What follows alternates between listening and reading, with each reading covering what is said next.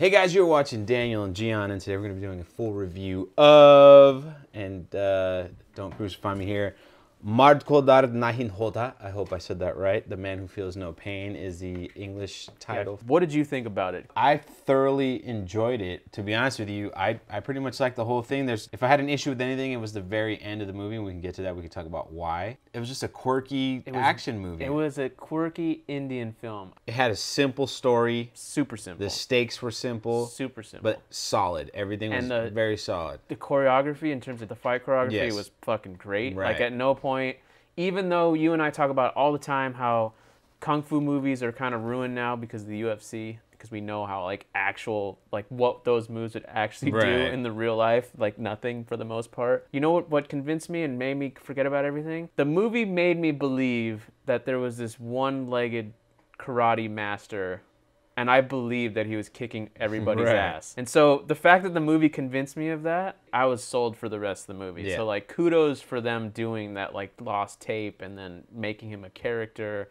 Like, making you think it was the Bruce Lee movie, and it wasn't. Exactly. But I love that shit, because I think this movie was made by somebody who loves movies. I think that's without a question. I mean, there's even I was surprised. Did you catch the Big Trouble in Little China reference? Yeah, which is like, for me, when I saw that, I was like, whoa, that's how you know this guy delved, like, he really was into this style of movie. There's definitely a lot of meta stuff going on within the film itself. And there's a George Lucas scene which probably went over a lot of people's head. Like, when the old guy who wouldn't give them the gun, which was actually hilarious, he was just sitting there like, nope, you got to get the written forms, blah, blah, blah. And then the guy pulls out the rule book, and he's like, section THX 1138B, whatever. Like, that's Lucas's first. No, that was his first movie. Oh, the THX 1133. So, like, I'm like, or 1138 or whatever it is. So I was like, oh, like, to me that even went even further, because that was, like, super obscure. Like, you have to be a fucking Lucas nerd to even know that that's a thing. But yeah, Well, I mean, if we want to talk about, well, not Lucas, but it kind of used a Spielberg trope with the kids, with just the narrative of the main guy itself. You know, he never grows up. He's pretty much stuck. Yep, he has the Peter Pan narrative. Like, exactly. Peter Pan, and he doesn't want to grow up either. No. Even when he faces that, obstacle of growing up, he still reverts to like, blow him with your lasers or whatever. The actor was great. Whoever that guy was, I thought was pretty fucking good, because he was masculine, but he didn't feel fake masculine. No. Where it was like some of these action stars, because he can act. I think that's what it comes down to. He felt like a nerdy guy who's been watching, training. Watching these videos. Like, he was still like, I believed that super nerdy guy, but like, it's his fucking glasses, dude. Yeah. Those glasses were perfect. That make no kind of sense. And this water backpack, like, I love the way they set up his character. Yeah, it was all these little quirky things, because his grandfather taught him all these Which things. You didn't see Conte, but you watched the trailer for it. So the blonde guy, the guy with the blonde hair, that's actually the grandpa 20 years later. Oh. And if you saw that film, I wish you did, because their performances are so night and day. Not in a bad way. It's just, that guy's so eccentric in the Tarantino remake, and then you watch him as more of this reserved, kind of cool grandpa. Like, if that was my grandpa, I never met my grandpa, either of them, so I don't know how he was, but, like, that'd be a pretty cool grandpa. I feel like he was pretty, even but I like those dynamics too, because the movie, a lot of action movies, that's why I think this movie is actually pretty fucking great. A lot of action movies don't have that family drama that's real. You have the daughter and the mom. Like, when the mom, even though it was kind of forced, it still touched upon action it movies and respected it. The action movies don't have intimate moments. I mean, we just watched John Wick 3. Exactly. And there's no family moments. No, in that it's not. movie. This was John Wick 1 in a sense, because it's very simple setups, very simple motivations that work. John Wick's main motivation was my wife died, and the last thing she gave me was this dog. And then the dog died. And then they killed the dog. And then the car, and then they took the car. So, like, and this is like, I don't want, you forced me to do something I don't want to do, because you took away the last memory I had of my wife, who changed me, who made me not want to be a contract killer anymore. And I think there's some of that stuff going on in this. Just the themes are more adult but it's the same structure. Right. Same structure, more adult themes. Yeah, you know, 'cause exactly. that's very raw. Like John Wick. That's why you like John Wick. Right. Like, you can't fucking hate a man who's gonna defend his dog and his wife, Right. his dead wife. Like, you're just not gonna hate that guy. And it's just like this movie. You're not gonna hate a guy, because I was worried this movie would be like Kick-Ass, because the trailer gave me a Kick-Ass vibe. Well, because he can't feel anything. Yes, exactly. He's got the similar. But I'd argue they set this shit up better than they did in the Kick-Ass movie. Yeah, I mean, you didn't like Kick-Ass at all. I loved until Hit Girl came in. I'm serious. Like, that before Hit Girl came in, it's kind of like what this movie did. It just didn't silly. go too... It's almost silly to say this, but since the action, Kick-Ass action was way over the top. Kick-Ass was South Indian. It was. Yeah, It and was. this, like something It was a Rohit Shetty something production. I appreciated about this movie was, like, you know, you start off where his pregnant mom kicks that dude in the chest and he goes flying, and then he's like, but that's not what happened. You know, it showed you what you wanted, and then it pulled it back to reality. Exactly. And every time they're fighting people, like, nobody went flying across the room. Like, No. it all looked, although they're doing all kinds of acrobatics, but like when you still believed it. Yeah, when people got hit, it looked like the way people reacted when they would really get hit. Obviously, the fights went on a little longer than they would in real life. Of course. You know, because a lot of guys took some solid fucking shots. Solid, like, yeah. I'm like, damn, he is strong as like Yeah. the main master Yeah. guy, the one-legged dude. Like, he's just taking bombs to the face. I'm Right. like, he'd be dead. And sign this guy up for the UFC. Dana White, give him a call, because, yeah, I agree. The 8-foot tall guy. Do you think that was an homage to Kareem in Game of Death? It might have been. Yeah. It might have been. Obviously, it wasn't 1-to-1, but Right. I didn't even think about that. That's right, because he was tall. What was his name? Like something Thunder or something, right? Or no? Am I thinking of a different I have no Bruce Lee idea. movie? Oh, what his name was in Game of Death? Well, Kareem was only in the one. I mean, it's classic because I think his name like something Thunder. I hope you put the picture up for this. But it's he's sitting there barefoot. He's actually wearing like a kimono, and Bruce Lee comes in with the classic yellow jumpsuit that they use in Kill Bill. And And even you they remember, like, reference he in this kicks him in movie. the chest, and he's got the footprint Yep. on his chest. I'm gonna put it on the screen if I can Yeah. find it. That's one of the more memorable Bruce Lee scenes. Period. Right. Like, in terms of iconic. Even though, to be honest, that iconography. movie sucks because he died halfway through filming of it, and then like they have a fake Bruce Lee like doing the other parts. You know, there was some video that surfaced, and I wish I had it for this week's reaction hour, but maybe next week, of like allegedly him in combat. No, I didn't know. And that. it looks like, if it's real, I'm like, holy fuck, maybe he was this guy that everyone was saying Just he was. legendary badass. Because the way he was hitting people, I gotta find the video and show you, like, because it looked like a fucking movie. Right. But it's supposed to be a real like tournament. I don't know. We'll investigate it next week if you're interested. Tune in for that. But let's talk about the ending though, because you said you didn't. You know, if that was a negative, that's it. What bothered you about it? His big goon comes in. No setup. We don't see that guy ever before. They got Samurai, he calls him. Oh, the one who gives him the gun at the end? Yeah. Like, no setup to that. He's your big baddie. Like, that was a guy that needed to be seen throughout the movie a little more, so that he had some. I think he was seen but never seen in action. We never saw him kick anybody's ass. Never seen in action. It wasn't because this was a karate. To me, this was an homage to Karate Kid. Obviously, they go point fighting on top of it. But you don't see Johnny beating up Daniel at the beach. And you need to, because that establishes his badass. Exactly. So it takes away the stakes there. And then just the whole, like, hey, let's do a point fighting thing to decide the fate of your fucking your friends and family. Like it just, to me, it was like, now I was taking the leap. But he's a cartoon villain or whatever they call him. Yeah. No, but that's his whole. That would be their argument. Right. So it went into that territory because he was it did, like, and it just felt a little flat for me. Like that was like, okay, now that was when my suspension of disbelief finally went away. You ran out. You're like, yeah, okay, I was with it, and now right. You could have just have him beat his ass and ended the movie. Exactly. Like you know.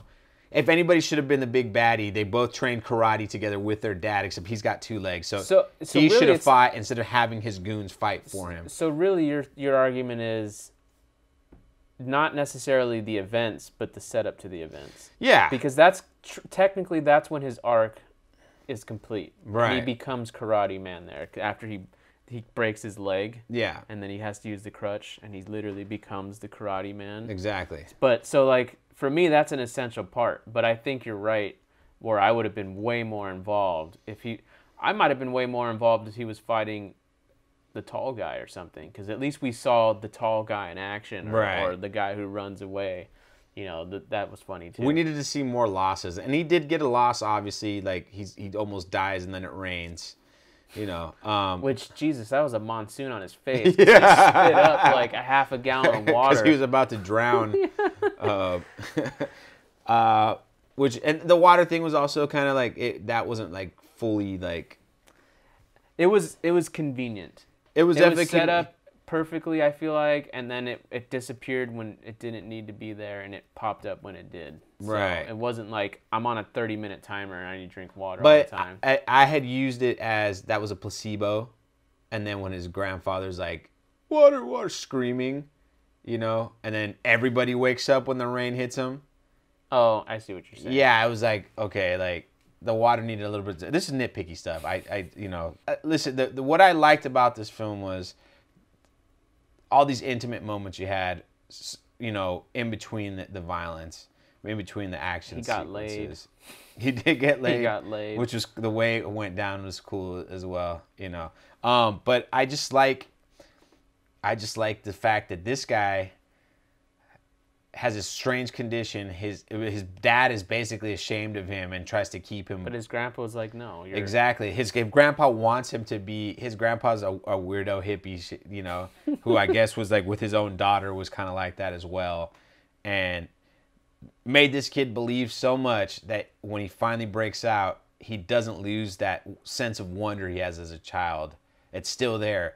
And it's like, it's something we do as adults for no good fucking reason either, because society forces us to. But this guy, because his dad was hiding him from the world, he holds on to it. And even though he knows his grandfather's full of shit, and he tells his grandfather, you know what, I know these stories you're telling me aren't true, he still believes the stories anyway, and he still chooses to follow his heart. Yeah. And I think that's what resonates. Yeah. That's the most impactful thing about the whole narrative. Yeah. And that's what makes it great, because it nails that from start to finish, and it never once sacrifices that for anything else. Right. It's always about that intimacy, and absolutely. I agree. Absolutely. And I the only thing I would add to that is I think this is the most beautiful film of this year. Like in terms of cinematography, it just looked, everything was in focus. There was no jarring camera movements. Nothing felt false. Nothing felt. I usually pretty critical with the overuse of slow motion, but it just worked. It didn't bother me at all. I liked the way they were messing with the speed of everything. It worked. It was great. The editing was also well done. The use of music was well done. So like from a production standpoint, it's a 10 all across the board. You know, I don't think you could produce a better version of this movie. I can't even see. I mean, what would you do? More action? I mean, they got away with them jumping off the building with the animation. Right. Like they were using these little techniques to save money, but to still be believable, still be real. Like, but also there were moments of extreme violence that made it engaging, that made it even more real. Like the fact that the mom does die like right away. Yeah. By, you know, from thieves. Like that was intense. Well, and was him hitting his head when he fell off the bike, is that why he can't feel?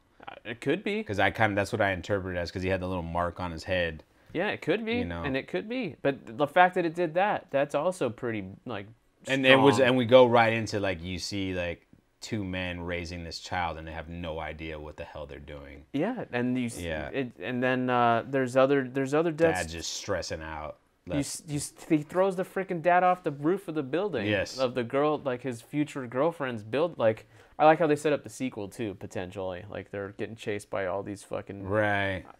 I don't know. And I hope there is. I do too. Yeah. But what would you rate this if you had to throw a rating on it to wrap this video up? Honestly, this is approaching maybe my favorite Indian film. I'll have to really think. It's better than Bhavesh Joshi. Yes, it definitely was. But it was kind of similar. Yeah, I like this better for sure. Like if this main guy ended up getting cast in a like I'd love to see this guy in a Marvel movie. Right.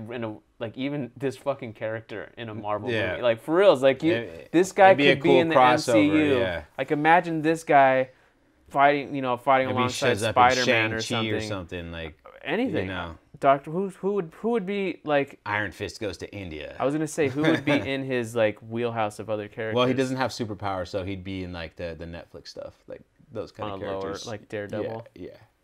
But no, I honestly, if it wasn't for that last little bit that I talked about, It'd be a perfect movie. It'd be pretty close. So I'm gonna give it a 9.4. Just because and that's valid. Yeah. That's valid. Yeah, it's an A movie. It's not an A plus.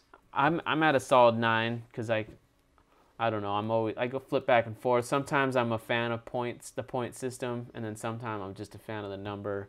Today I'm a fan of the number. If I had to do a point, I'd do a 0.5, 9.5 if I had to do that. But for me, it's like a 9 out of 10. Right. It's an A movie. It's not perfect just because I don't know. Well, I don't know why. I mean, I think it might be because of I think we touched on why it's not perfect. I think those are very valid. That's true. You know, story. It's not perfect because there's little story elements that they could have that were simple to fix that they chose not to do or didn't think about doing it when they wrote the script. or didn't feel it was necessary. And Yeah. but overall though, A plus, Yeah. hats off. I don't think this is my favorite movie of the year so far.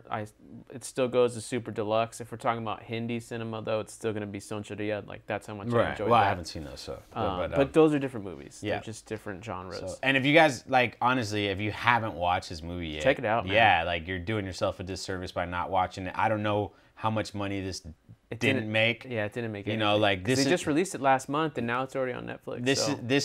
These are the movies that you guys should be out supporting because this completes the Indian picture. As I was talking in one of the other reaction videos, I was saying like, you need your Salman Khan, you need your Rohit Shetty, you need your fucking Anurag Kashyap's, and then you need this type of movie too, in order to get the full picture of like what Indian cinema has to offer. Because I can't see a movie like this being made in America. I just can't. Because I think that version is kick-ass, you know, where it has to be more aggressive in other ways. Oh, the American version would definitely need more bells and whistles. Exactly. Like you can't get away with it because it's American. People don't want, oh, why would a guy make an action movie? Exactly. You know, and you wouldn't be able to fit those like. The standards are just different. You wouldn't be able to fit the soft moments into it for sure. Like people would think it was weird. I'm totally with you on that. I think that's. It's a blessing that he's able to make this movie in India because he wouldn't be able to make it here. I agree. Yeah, but and it wouldn't be the same, even if it was similar. It just wouldn't be the same. Exactly. I mean, if we really want to keep it real, what it has. Brown people. No, that's not the case. Kind of, but no, it doesn't have that big shot producer who doesn't know what the fuck they're doing, throwing their input onto it. I think that's what it has. You know, like if you try to make this. Oh, because this is an indie. If you like get a real indie. Exactly. Like if you get money here, someone's gonna want to throw their 2 cents in and change the stuff that doesn't work because they're thinking about making a profit. They might have not wanted a point fight system at the end. Yeah.